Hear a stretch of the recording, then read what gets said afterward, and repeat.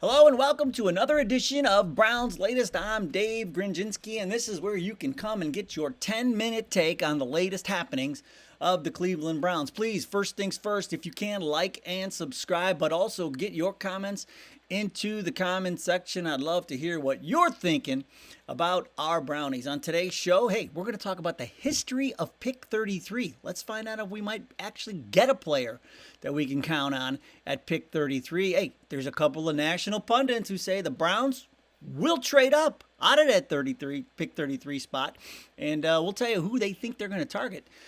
We'll talk about Jaylen Milrod, whether or not he would look good in a Browns uniform, and the Kirk Cousins talk just won't stop. But it will today after I tell you the latest on good old Kirk Cousins. But let's start with pick 33. So, interesting spot. You're at the end of the first round, beginning of the second round, however you want to look at it. But it's almost a quasi, it's like that extra first round pick, kind of like when you're in the snake draft for fantasy and you get the wraparound. But anyway, the Browns are sitting there. And I went back and looked at the history of pick 33, and I only went back 6 years because I figured that was the most relevant. Last year, pick 33, Xavier Legette, the wide receiver that went to Carolina. The year before, it was Joey Porter Jr., the cornerback who went to the Pittsburgh Steelers. Boo.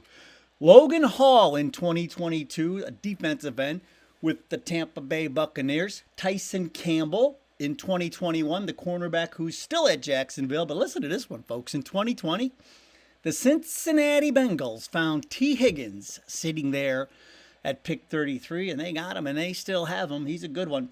And then Byron Murphy, he's a cornerback with the Minnesota Vikings. He was taken with the 33rd pick in 2019. So all those guys still with their teams, still in the league, still playing. And there are some names there that we all recognize. So there is potentially, there is a great value here at pick 33. Now I went and looked to see who's projected in or around pick 33. And I mean, I'll start right around like pick 28. You got Tyler Booker. He's an inside offensive lineman, from Alabama. You've got Walter Nolan, a defensive lineman from Mississippi. He's in there. Derek Harmon, another defensive lineman from Oregon. But I'll tell you what, the guy who piqued my interest, who's sitting there, is Emeka Egbuka, wide receiver from Ohio State. So that's where they're thinking that Egbuka will fall, that pick 33.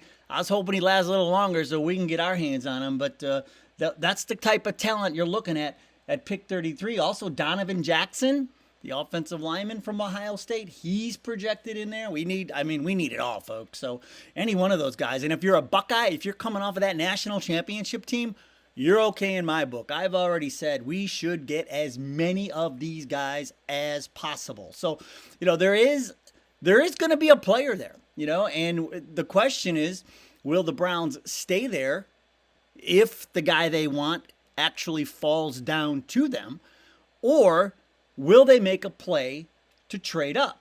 And that's where we will pick up the conversation with our second topic, because there are some national pundits out there who say the Browns are going to trade up. They say that it's a really good chance that they will. I'm talking about Mel Kiper and Field Yates from ESPN. They're convinced that they have no interest in Shedeur Sanders, and that they will trade up and try to get to at least 29 is what they're saying, to get Ole Miss quarterback Jackson Dart, who we have talked about on this show, who we like, who I think would be a good fit in this offense, along with Quinn Ewers and Will Howard. I love them all. But that's a distinct possibility. I guess the question would be, what are you getting, obviously? And to only move up a few spots, you'd really have to be sure that somebody in front of you is going to take them. The other thing with Shedeur Sanders, I think secretly, remember when he came out a few weeks ago and Dion allegedly said that he wants Shedeur to go to the Giants.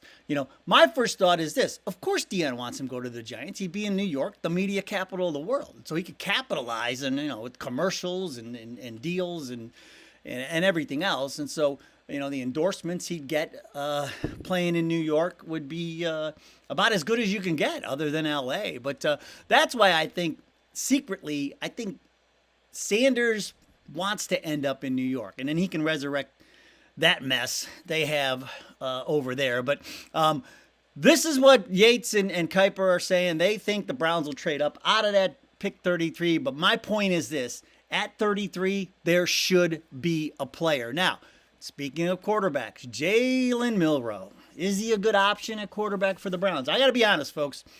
I was very intrigued by Milrod when the college season started. I'd watch him very closely, especially in those bigger games. I wanted to see how he performed, games on the road, how he performed, and I'd watch him, and he'd start out pretty well. I mean, he was really up and down, and but then that bowl game against Michigan, complete mess, and I got off of him.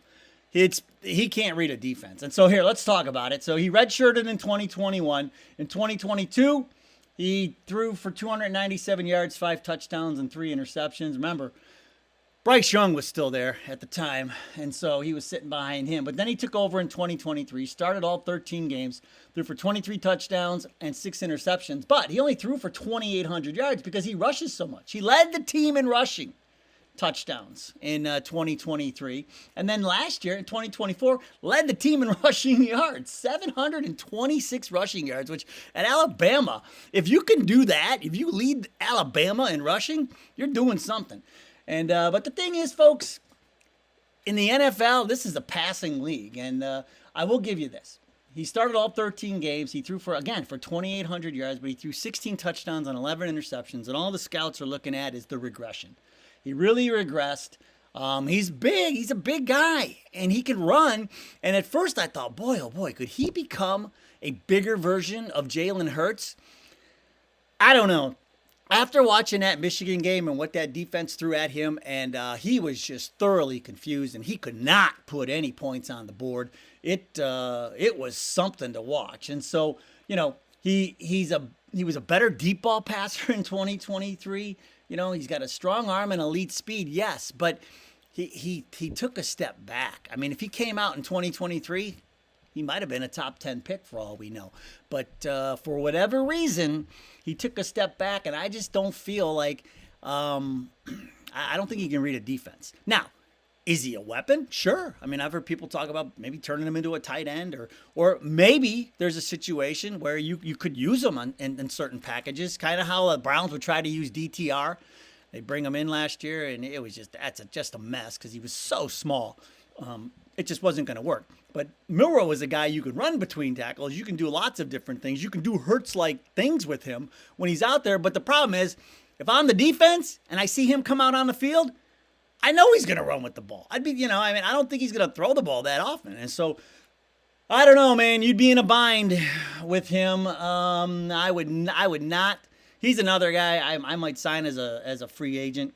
But other than that, I'm off the Milrod train. I wanted to be on it, but I fell off it as the college season went along. And then I jumped when after that Michigan game and that bowl game.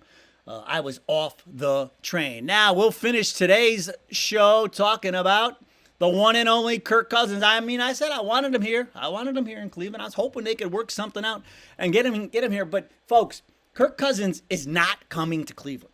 The talk has got to stop. Albert Breer keeps saying, he still might end up here. Now, Tony Grossi, who's the Browns beat reporter at ESPN Cleveland, explained it best. He says, listen, Cousins is under contract to the Falcons for 3 more years. His salary's $27.5 million, which is guaranteed, $35 million and $35 million. He's got a cap hit of $40 million this year, $57.5 million in the next 2 years. I mean, the guy's a massive cap hit. He's got a no-trade clause. There's no way. The only way he could end up here, and this is according to Gross, I agree too, but this is never going to happen, is the Falcons release him. They're not going to release him because they're on the hook for $37.5 million this year. So we have got to stop the Kirk Cousins coming to Cleveland talk. Yes, it was fun. He may have been at Chipotle buying burritos. I don't know. He may have been looking at houses in Strongsville. Who knows? Doesn't matter. That was from the past. That's from Twitter. And now, in reality, he's not coming here. All right, folks, that'll do it for today's 10-minute take. Once again, I'm Dave Grendzynski. Please like and subscribe. Comment on this episode. Comment on all of them. I'd love to hear what you're thinking. All right, go Browns. We'll see you next time.